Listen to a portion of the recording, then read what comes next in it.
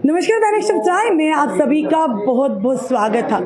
Bharatiya Janata party की बात करें तो कल कुछ बदलाव भी होते जिसकी जानकारी हमने आपको भी दी थी।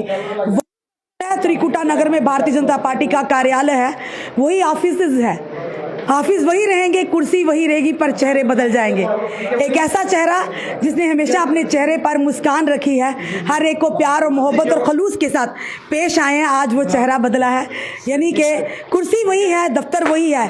परविंदर रैना जो प्रदेश अध्यक्ष थे, 7 साल का कार्यकाल किया, अब उसकी कुर्सी पर बैठेंगे सत शर्मा जी, और इन्हें नेशनल एग्जीक्यूटिव मेंबर नियुक्त किया गया है जेपी नड्डा जी द्वारा। चलिए, परविंदर रैना जी का 7 साल का सफर कैसा रहा सर?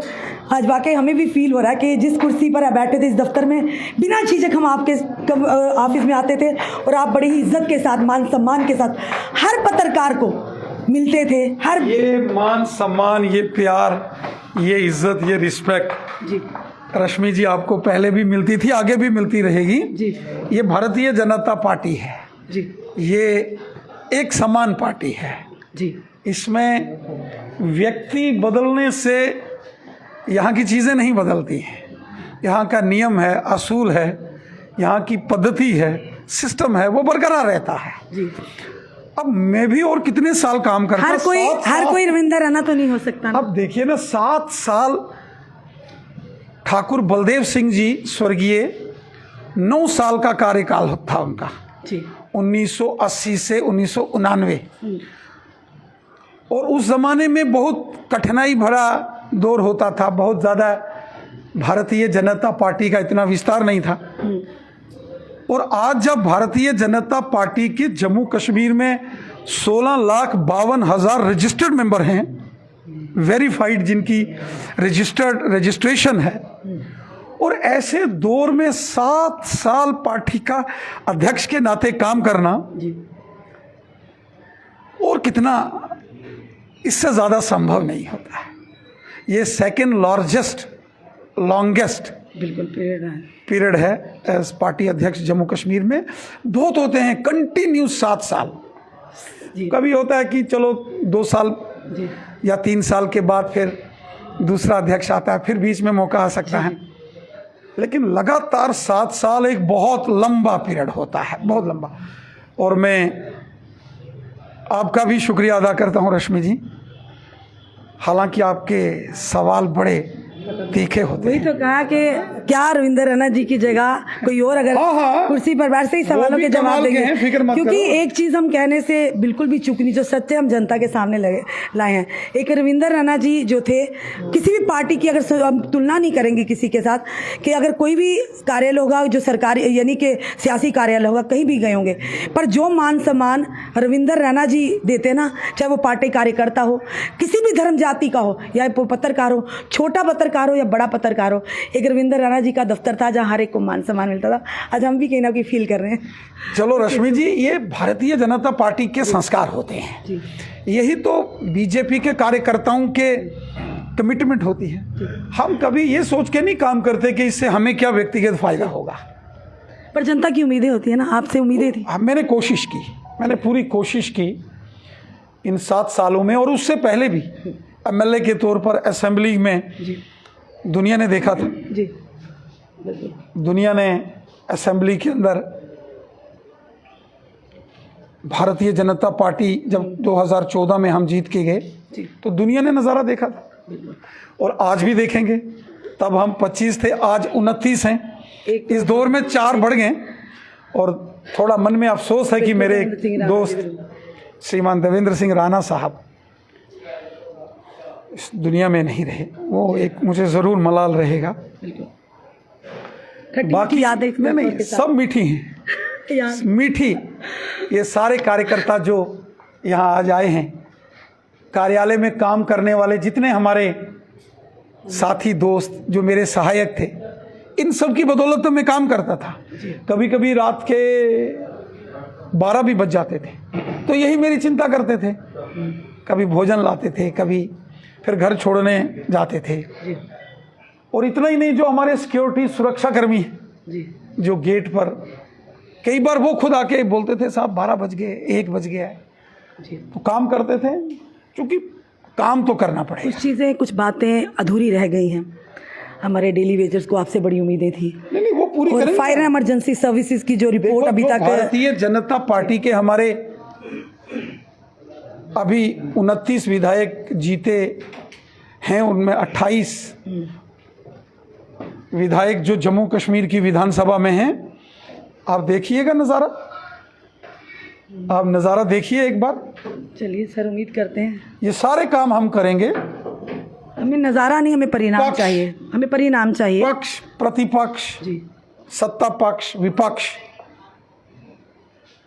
इसमें काम करने की सलाहियत और कुव्वत भारतीय जनता पार्टी रखती है। जी, और ये सारे मसले, डेली वेजर्स, रैबरे खेल, रैबरे जंगलात, fire and emergency services, home guards, SPOs, VDCs, NYCs, ये तमाम मसाइल, इसके लिए हम पहले भी काम करते थे, आगे भी करते रहेंगे, लड़ेंगे, इंसाफ तक लड़ेंगे। जी, और आप इस बात को जानते हैं कि जब हम सत्ता में थे तब भी लड़ते थे, तब भी मैं लड़ता ही था। कभी कभी अपनी सरकार से भी लड़ना पड़ता है, अपने लोगों से भी। कभी कभी घर में जो घर के बड़े होते हैं उनसे कभी तकरार हो जाती है, भले कुछ दे ना दे, पर छोटे जो है लड़ते रहते हैं ना, तो मिले या तकरार ना बोलते हैं। तकरार, बिल्कुल।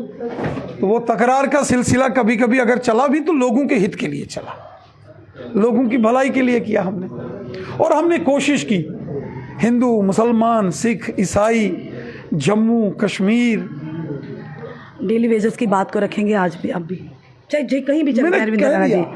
फायर एंड इमरजेंसी ये सर्विसेज की मसले- रिपोर्ट किस चेक पोस्ट पर अटकी हुई है, वो आपसे उम्मीद है। जहां भी अटकी होगी, आप ही नहीं कहा था घोटालाकारी सलाखों के पीछे होंगे। बिल्कुल मैं मानता हूं कि उसमें, मैंने पहले भी कहा था कि उसमें जो सिफारिश करेंगे इस प्राइमा रिपोर्ट? फेसी है, उसकी जो जी। प्राइमा फेसी, उसको मोटा मोटे तौर पर अगर आप देखोगे तो उसमें एक बड़े घोटाले की साजिश नज़र आती है। इसलिए मैंने कहा था कि फायर एंड इमरजेंसी सर्विसेज में जो है इसकी जांच होनी चाहिए। जांच हुई, मैं उम्मीद करता हूं कि एलजी मनोज वो रिपोर्ट पब्लिश होनी चाहिए, जी, ताकि एक बार उस रिपोर्ट के कंटेंट्स तो सामने आए, उसमें हुआ क्या है। जो जनता आपको देख रही है, जितने भी लोग हमारे देख रहे हैं, मैं- कभी भी कॉल करें फिर वैसे ही उठाएंगे जैसे पहले देखिए, करते थे।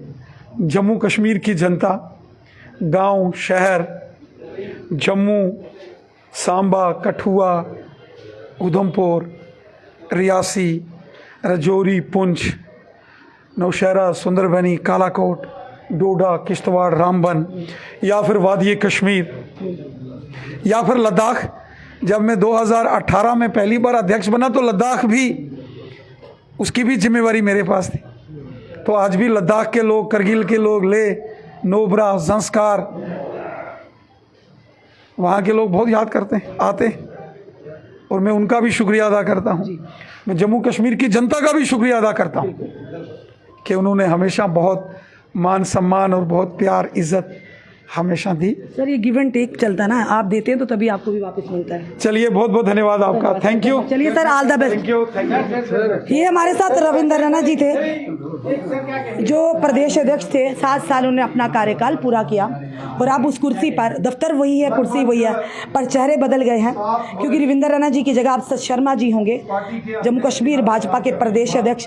और रविंद्र राणा जी को जो नियुक्त किया गया एग्जीक्यूटिव, नेशनल एग्जीक्यूटिव मेंबर के तौर पर।